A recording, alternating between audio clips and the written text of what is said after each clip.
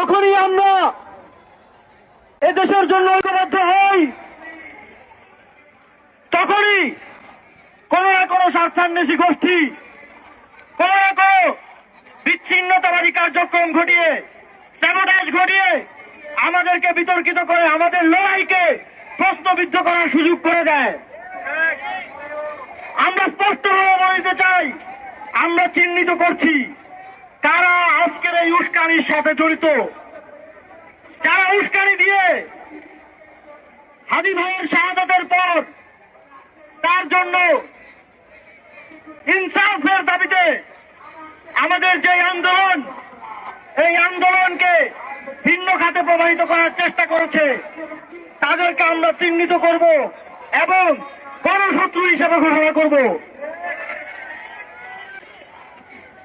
বন্ধুগণ, যখনই কোনো একটা ঘটনা ঘটে, এদেশে বিভিন্ন দেশের চোরেরা, বিভিন্ন এজেন্সির স্বার্থান্বেষী গোষ্ঠী সক্রিয় হয়ে পড়ে। ঘর পড়ার মধ্যে আলি পড়া দেওয়ার মতো তারা বিভিন্ন প্রতিষ্ঠানে, বিভিন্ন ধর্মীয় প্রতিষ্ঠানে হামলা করে বেড়ায়। তারা এদেশের গণতান্ত্রিক লড়াইকে, জাস্টিসের জন্য লড়াইকে প্রশ্নবিদ্ধ করতে সবার আগে ঝাঁপিয়ে পড়ে। আমাদের হাদি ভাইয়ের শাহাদাতের খবর পাওয়ার 1 ঘন্টার মধ্যে কিভাবে ওনার নামে টি শার্ট ছাপিয়ে একটি গোষ্ঠী হামলা করতে চলে গেল, এটা অত্যন্ত সন্দেহজনক। যখন বাংলাদেশের জনগণ প্রত্যেকটি জুলাই স্পট ঐক্যবদ্ধ হচ্ছে, আমরা এখানে ঐক্যবদ্ধ হয়ে বিচার চাইছি, আমরা খুনিদের ফেরত দেওয়ার কথা বলছি, আমরা আগ্রাসনের বিরুদ্ধে আমাদের আওয়াজ তুলছি, তখন কারা বিভাজন উস্কে দিল আমাদের তাদেরকে চিনে রাখতে হবে। আর কখনো তাদের উস্কানিতে পা দিয়ে ভুল পথে পরিচালিত হওয়া যাবে না।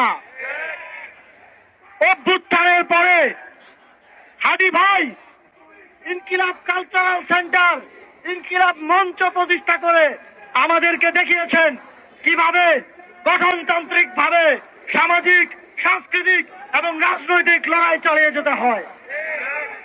কিভাবে একজন ব্যক্তি প্রাতিষ্ঠানিক ভাবে দাঁড়ালে সেটা লক্ষ মানুষের চেয়েও শক্তিশালী হয়। হাদি ভাই নিজেকে একটা প্রতিষ্ঠান হিসেবে গড়ে তুলেছিলেন। হাদি ভাইয়ের লড়াই আমাদের লড়াই, এই লড়াই গড়ার লড়াই, ভাঙার বিরুদ্ধে, আগুনের বিরুদ্ধে, সন্ত্রাসের বিরুদ্ধে শক্তিশালীভাবে প্রতিষ্ঠিত হওয়ার লড়াই। এই লড়াইকে বাধাগ্রস্ত করতে আমরা কাউকে সুযোগ দেব না, কাউকে ছাড় দেব না। আমরা সরকারের প্রতি এবং আইন শৃঙ্খলা বাহিনীর প্রতি আহ্বান জানাতে চাই, আপনারা খুঁজে বের করুন আজকের এই ঘটনার পেছনে নেপথ্যে কারা রয়েছে। আপনারা খুঁজে বের করুন কাদের উস্কানিতে, কাদের ঘৃণ্য ষড়যন্ত্রে আজকে সাংবাদিকদের জীবন শঙ্কার মুখে পড়েছে। আপনারা তাদেরকে আইনের আওতায় নিয়ে আসুন।